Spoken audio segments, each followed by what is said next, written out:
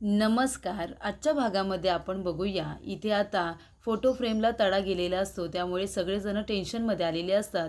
नवीन frame आणून लावलेली असते तरीसुद्धा तडा कसा काय गेला? पौर्णिमा म्हणत असते की नवीन नवरी घरामध्ये आली आहे आणि लगेच अपशकुन घडला. तसं ऐकल्यानंतर आता भूमीला खूपच जास्त टेन्शन येतं.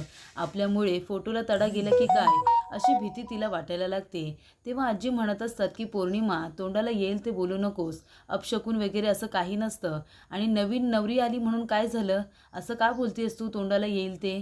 तेव्हा पौर्णिमा म्हणत असते, नाही मला असं म्हणायचं नव्हतं. म्हणजे नवीन नवरी घरात आली आहे, दृष्ट वगैरे काढायची असेल तर, म्हणून तर तडा गेला नसेल ना. तेव्हा इथे आता आजी म्हणत असतात की असं म्हणायचं असेल तर तसं बोल ना. उगाच अपशकुन वगैरे असे शब्द देऊ नकोस, कळलं ना तुला? दृष्ट वगैरे काढायची असेल तर ती काढीन मी. तेव्हा इथे आजीला पौर्णिमेच्या बोलण्याचा खूपच जास्त रागा आलेलाच असतो. तर इथे रागिनी सुद्धा आता सगळ्यांसमोर पौर्णिमालाच बोलत असते. पौर्णिमा, बोलताना जरा तारतम्य ठेवून बोलत जा, काही बोलत जाऊ नकोस. तेव्हा इथे आकाश म्हणत असतो की भूमी, या गोष्टीचा एवढा विचार करू नकोस. अपशकुन वगैरे असं काही नसतं, कळते ना तुला? तेव्हा इथे आकाश म्हणत असतो, आणि या छोट्या गोष्टीचा एवढा इश्यू करायची सुद्धा काही गरज नाही आहे. आणि तसंही फोटो फ्रेम फक्त खराब झाली आहे ना, आपण नवीन तयार करून आणूया, एवढा विचार करायची गरज नाही. तर इकडे आता रागिनी गोखले गुरुजींचे जे शिष्य असतात त्यांना फोन करते. तेव्हा गोखले गुरुजींना फोन देऊ का, त्यांना मेसेज देऊ का, असे ते गुरुजी म्हणत असतात. तेव्हा रागिनी म्हणते, नाही, त्याची काही गरज नाही आहे. हे बघा, आकाश महाजन याचं लग्न झालंय ना, तर सत्यनारायणाची पूजा करायची आहे. पण गोखले गुरुजी नाही आहेत असं तुम्ही सांगा आईंना. तेव्हा तुम्हाला जर माझं हे काम करायचं असेल तर मी तुम्हाला 21,000 रुपये एका पूजेचे द्यायला तयार आहे. फक्त मी सांगेन तेवढंच तुम्हाला बोलायचं आहे. गोखले गुरुजींना सांगायची काहीच गरज नाही, असं रागिनी म्हणते. तर इकडे आता भूमी उठायच्या आधीच आकाशने एका टोपलीमध्ये मोगऱ्याची फुलं आणून ठेवलेली असतात, कारण भूमीला मोगरा खूपच जास्त आवडत असतो. त्यामुळे ती मोगऱ्याचा सकाळ सकाळ छान असा सुगंध घेते आणि त्यानंतरला समोर टिट्टू ठेवलेला असतो आणि तिथेच एक कार्ड ठेवलेलं असतं. तेव्हा तो कार्ड पूर्णपणे आता कोरा असतो. तेव्हा भूमी म्हणत असते, आकाश, तू ह्याच्यामध्ये जरी काही लिहिलं नसशील ना, तरीसुद्धा तुला माहिती आहे मी ह्याच्यामध्ये तू लिहिलेलं सगळं वाचणार आहे. आणि ती आय लव्ह यू टू असं ते कार्ड बघून म्हणते. तेव्हा आकाश तिच्याकडे बघत असतो आणि भूमीला एवढं खुश आनंदी बघून आकाशला सुद्धा आनंद होतो, कारण तिला खुश करण्यासाठीच हे सरप्राईज त्याने दिलेलं असतं. त्यानंतर इथे भूमी आता देवी याची पूजा करायला येते, तर खाली सगळी पूजेची तयारीसुद्धा आकाशने करून ठेवलेली असते. भूमी येते, दिवा वगैरे लावते. तेव्हा इकडे भूमी म्हणत असते, आकाशने सगळी पूजेची तयारीसुद्धा करून ठेवली आहे. तेव्हा भूमी आता हात जोडून आई योगेश्वरीला म्हणत असते की आकाशला चांगलं आरोग्य द्या, त्याला सुखी ठेवा. तेव्हा इथे आकाशसुद्धा आता मोबाईलवरून तिकडून बोलत असतो की भूमीला सुद्धा चांगलं आरोग्य द्या, तिला सुद्धा सुखी ठेवा. तेव्हा इथे भूमी म्हणत असते की आकाश आणि माझा संसार सुखाचा होऊ दे. आकाशसुद्धा तेच म्हणत असतो. तेव्हा इकडे भूमी आता सगळ्यांना सुखी ठेवायला सांगते. तसं भूमी म्हणत असते तसं इथे आकाशसुद्धा कॉपी करत असतो. आकाशला सुद्धा खूप जास्त सक्सेस मिळू दे, त्यालासुद्धा सुखी राहू दे. तर इथे आता भूमीसाठी सुद्धा आकाश अगदी तसंच म्हणत असतो. तेव्हा इथे भूमी म्हणते की आकाश, तू सगळं आता माझ्याबरोबर बोलतोयस, मग तू इथे का नाही आहेस? कुठे आहेस तू आकाश? तेव्हा ती इकडे तिकडे आकाशला आता बघत असते. तेव्हा आकाश आता दारामधून इथे तिच्यासाठी शिट्टी वाजवतो आणि लगेचच खाली निघून जातो.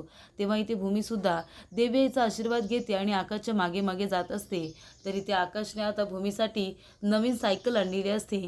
तेव्हा तो जातो आणि सायकलची इथे घंटीसुद्धा वाजवत असतो. तेव्हा भूमी आता धावत पळत जाते आणि म्हणते की आकाश, नवीन सायकल कुणासाठी आहे? तेव्हा आकाश म्हणतो, ही सायकल फक्त तुझ्यासाठी आहे, कारण सायकल, तू आणि मी, हे आपलं तिघांचंच तर कनेक्शन आहे ना, आहे की नाही? सायकल आपल्या दोघांना खूपच जवळ आणते. तेव्हा इकडे आकाशने आता भूमीला खुश करण्यासाठी कसलीही कसर ठेवलेली नसते. भूमी एवढी इम्प्रेस होते की लगेचच ती खुश होऊन आकाशला मिठी मारते. तेव्हा इथे आकाशला सुद्धा खूप जास्त आनंद होतो. भूमी म्हणत असते, आकाश, किती विचार करतोस तू माझा? आणि ती म्हणते, आकाश, तुला माहिती आहे का, आपण मागेच भेटलो, आपल्या दोघांमध्ये प्रेम झालं, पण बघ ना, मला असं वाटतच नाही की आपण आत्ता आत्ता भेटलोय. आपलं प्रेम खूप जुनं आहे. आपण आधीपासूनच दोघंजण एकमेकांना ओळखतो, एकमेकांवरती प्रेम करतो, असंच मला सतत वाटत असतं. असं का आकाश? तेव्हा आकाश खूपच जास्त इमोशनल होतो, पण भूमीला त्रास होऊ नये म्हणून तो लगेचच हसण्याचं नाटक करतो. तेव्हा इथे भूमी म्हणत असते, बरं ठीक आहे, ते सगळं जाऊ दे. आधी तू मला एक गोष्ट सांग आकाश, सकाळपासून तू मला एवढं स्पेशल आणि सरप्राईज गिफ्ट का देतोयस? तेव्हा आकाश म्हणतो, कारण मला माझ्या बायकोची लग्नानंतरची पहिली सकाळ ही खूपच जास्त स्पेशल करायची आहे, म्हणून मी तुला सरप्राईजेस देतो आहे. तेव्हा इथे आता भूमी आणि आकाश दोघंजण एकमेकांजवळ खूपच जास्त प्रेमाने बोलत असतात. ते इथे रागिनी आणि वेदांगी बघत असते. वेदांगी म्हणत असते, नाही मावशी, मला हे काही बघवत नाही आहे, मी इथे नाही राहणार. रागिनी म्हणत असते, वेदांगी, अगं हे ना थोड्या वेळासाठीच आहे. आता मी गुरुजींना इथे बोलवले ना सत्यनारायणाच्या पूजासाठी, तेव्हा हे दोघंजणं सोबत तर असतील, पण तरीसुद्धा हे दोघंजणं एकत्र नसतील याची काळजी मी नक्कीच घेतली. तर इकडे आता सत्यनारायणच्या पूजेला भूमी आणि आकाश दोघंजणं बसलेले असतात. तेव्हा गुरुजी म्हणत असतात की त्यांचं उपर आणि पदर याची आता गाठ बांधून घ्यायची आहे. तेव्हा इकडे आता वेदांगीला गाठ मारायला सांगितलेली असते, कारण त्यानंतरच पूजेला आता सुरुवात होणार असते. तर इथे वेदांगी आता जाते आणि रागानेच इथे भूमीच्या पदराची आणि आकाशच्या उपऱ्याची ती गाठ बांधत असते आणि मनामध्ये म्हणत असते की आता तर मी गाठ बांधते, पण नंतर स्वतःहून ही गाठ मी उद्ध्वस्त करून टाकणार आहे. तेव्हा इथे आता गुरुजी म्हणत असतात की आता नवरी मुलीच्या हातून या सगळ्या गोष्टी तुम्हाला शुद्ध करून घ्यायच्या आहेत. तेव्हा इथे आकाश आणि भूमी दोघंजण आता इथे गंगाजल शिंपडून आता सगळ्या वस्तू, फलं, जे काही पूजेला लागतं तेवढं सामान आता शुद्ध करून घेत असतात. तेव्हा इथे आकाशला फक्त भूमीच्या हाताला हात लावून फक्त मम म्हणायला सांगितलेलं असतं. तेवढ्यातच इथे आता तुळशीच्या पानांवरती वेदांगी तिच्याकडे छोटीशी बाटली असते, त्याच्यामध्ये ॲसिड असतं आणि ते ॲसिड आता ती संपूर्ण तुळशीच्या पानांवरती टाकते. जेव्हा भूमी त्याच्यावरती गंगाजल टाकते आणि ती गुरुजी पानं हातामध्ये घेतात, तेव्हा म्हणत असतात की हे काय, हे तर अपशकुन झालं. तुळशीची पानं पाणी शिंपडल्या अशी कोमेजून का बरं गेली, पूर्णपणे काळी पडली. पौर्णिमा म्हणत असते, असं कसं, म्हणजे पुन्हा एकदा अपशकुन झालं की काय, नवीन नवरीच्या हातून हे सततचे अपशकुन का बरं होत आहेत. तेव्हा आजी म्हणत असतात, पौर्णिमा तू जरा गप्प बसतेस का, प्रत्येक गोष्ट घडली की तू अपशकुन याचं नाव का बरं देतेस. तेव्हा गुरुजी म्हणत असतात की याआधीसुद्धा काही घडलं आहे का. तेव्हा इथे रागिनी म्हणत असते, हो गुरुजी, म्हणजे आम्ही काल आमचा एक फॅमिली फोटो तयार करून आणला होता, तर त्याची काचसुद्धा अशीच फुटली अचानक, आम्हाला कळलंसुद्धा नाही आणि आता ही तुळशीची पानंसुद्धा कोमेजून गेलेली आहेत, म्हणजे असं काही नसतं ना अपशकुन वगैरे. तेव्हा इथे गुरुजी म्हणत असतात, नाही, पण हे जे काही घडतंय ना, नवीन नवरी घरात आल्यापासून हे खूपच जास्त चुकीचं घडते, असं खरं तर नाही घडायला पाहिजे. तेव्हा इथे आजी म्हणत असतात, गुरुजी आता काय करायचं तुम्ही सांगा ना. हे बघा, तुम्ही गोखले गुरुजींना सांगा हे जे काही घडतंय ते, आणि त्याच्यावरती काही उपाय आहे का ते सुद्धा सांगायला सांगा. तेव्हा इथे गुरुजी म्हणत असतात, तुम्ही एक काम करा, दोघांच्याही जन्मकुंडली तुम्ही माझ्याकडे देऊन ठेवा. तेव्हा इथे आता जन्मकुंडली गुरुजींकडे द्यायला जात असतात.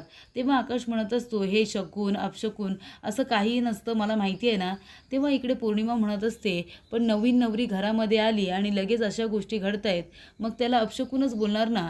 तेव्हा आकाश म्हणत असतो की ती नवीन नवरी नाही आहे, म्हणजे मला असं म्हणायचं आहे, मी तर जुनाच आहे ना, मी या घरातलाच आहे ना. तेव्हा रागिनी म्हणत असते, पौर्णिमा तू जरा गप्प बस गं, किती वेळा सांगितले तुला, जरा तारतम्य ठेवून बोलत जा, तोंडाला येईल ते वाटेल तसं बोलत जाऊ नकोस. आणि खरंच अपशकुन शकून असं काहीही नसतं, कळलं ना. तेव्हा इकडे आता रागिनी आणि वेदांगी या दोघींनी मिळून केलेला हा प्लॅन असतो आणि पौर्णिमा त्यांना अगदी हुबेहूब साथ देत असते.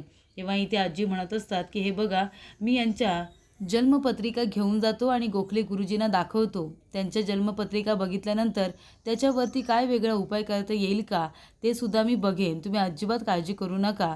तेव्हा इकडे आता आजी म्हणतात, ठीक आहे, मी लगेचच जन्मपत्रिका आत्ताच्या आत्ता घेऊन येते. तेव्हा इथे आजी आता जन्मकुंडली आणण्यासाठी गेलेले असतात. भूमी आणि आकाश दोघेजण टेन्शनमध्ये आलेले असतात. सगळ्यात जास्त तर भूमीच घाबरलेली असते, कारण अचानक आकाशबरोबर लग्न होऊन ती त्या घरामध्ये आलेली असते आणि या गोष्टी घडत असतात, त्यामुळे ती खूपच जास्त पॅनिक होत असते. पण आकाश सतत भूमीचीच बाजू घेत असतो. आजी म्हणतात की आकाश तू वैतागू नकोस, रागू नकोस बाबा, पूजा व्यवस्थित झाली पाहिजे. तेव्हा इकडे आता आकाश आणि भूमी पूजेला बसलेले असतात आणि इथे जन्मकुंडली आता गुरुजींच्या हातामध्ये आणून दिलेल्या असतात. तेव्हा इथे रागिनी आपल्या मनामध्ये म्हणत असते की भूमी आणि आकाश, तुमचं कितीही सगळं चांगलं चालू असेल ना, तरीसुद्धा तुमच्या जन्मकुंडलीमध्ये जे काही ग्रह आहेत ना, त्यांना ग्रहण राबल्याशिवाय मी काही स्वस्थ बसणार नाही आहे.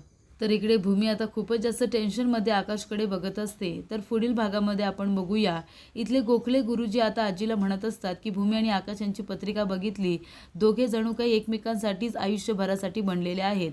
तेव्हा इथे भूमी आता आई योगेश्वरीच्या इथे येते आशीर्वाद घ्यायला. तेवढ्यातच तिथे आकाशचा अल्बम ठेवलेला असतो आणि त्याच्यामध्ये आकाशचे जे फोटो असतात ते भूमी बघते आणि तिला खूपच जास्त त्रास होतो. ती म्हणत असते की आकाशचे फोटो असे का आहेत आणि ती चक्कर येऊन आता खाली पडते. तेव्हा आकाश धावत पळत येतो आणि भूमीला जोरात हाक मारतो.